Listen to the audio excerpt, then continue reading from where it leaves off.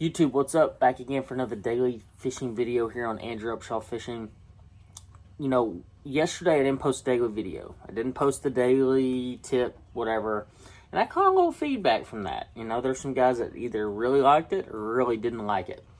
Back again, though, for another video, another fishing tip. And today's fishing tip is about one of my favorite times of year, and it happens to be right now, and it's a great way to catch a really big fish before they move offshore, and that's to target them on the bluegill spawn. You know, not many people talk about it, and sometimes not many people even know about it, depending on where you're at, but the bluegill spawn is probably one of the very best times of year to fish, and it can be some of the trickiest bass you've ever caught. So y'all make sure y'all stay tuned for that. If you haven't yet, hit that sub button, the bottom right hand corner. Go ahead and subscribe to the channel. And comment below, what is your favorite bluegill spawn bait? We all have our favorite bait for targeting those fish. I definitely have a few of my favorite, and I hope y'all learn about them right after this.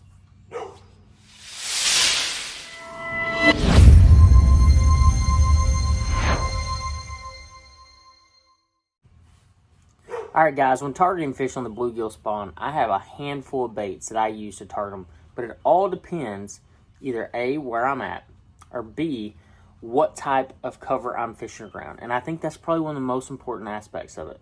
So, you know, the bluegill, when they go up to spawn, you're going to find them. They're going to be in little bitty, you'll find little bitty beds, and there'll be all these little bitty beds in like one big circle. They kind of make like a colony of beds, basically.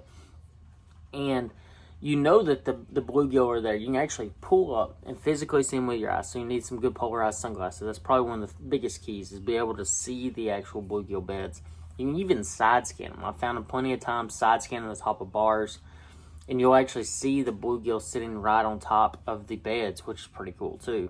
And sometimes you'll even see the bass sitting on your side scan, you know, 10, 15 feet away from them. So one of the biggest keys is to roll up on those bluegill beds and look around. Say, you know, with your eyes, you're going to say, okay, there's a bunch of bluegill here.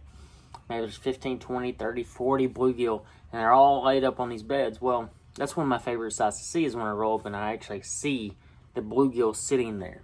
Because I know 9 times out of 10, I'm probably going to see a bass nearby, or right there next to it, or something like that. So now if you pull up on those bluegill beds and they're empty, they probably already either A, already spawned out, or B, they've already been eaten.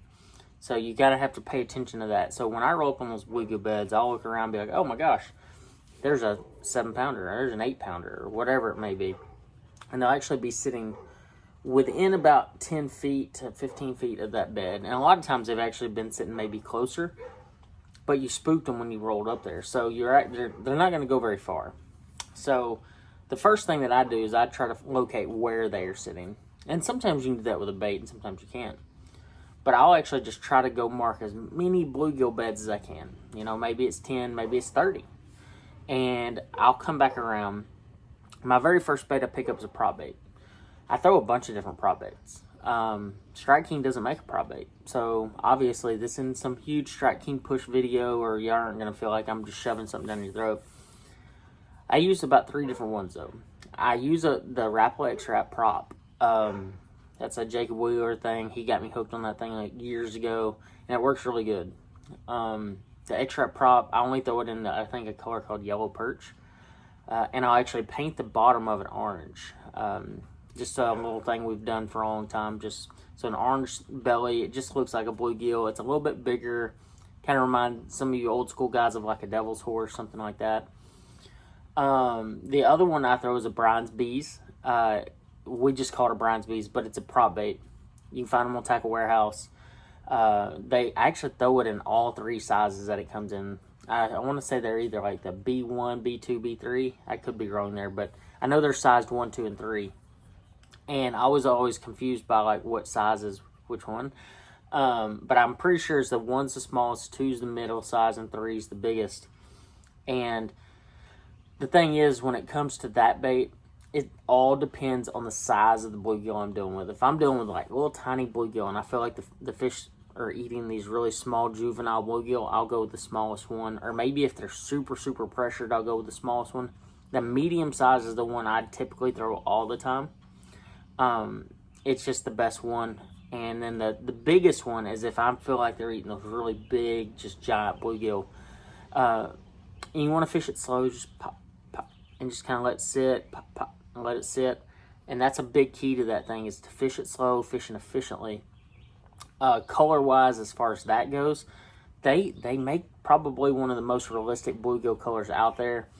I throw the bull brim mainly. I want to say Thrift and a few of those guys throw like the baby bluegill or something. I don't remember the exact name of the color, but it's really good too. I think they're all pretty good. I don't think it matters. I think a lot more has to do with the actual like sound and like the sight of something green sitting over the top of them that looks like an injured bluegill sitting up there. That's a great way to cover that water. Another one I like is the I'm a Helips. It's a little bit harder to get. I don't remember who turned me on to that. That was like a Lake of Ouachita special. So I got on some really big ones there at Ouachita. Obviously didn't win. I think Clint Davis won that cup.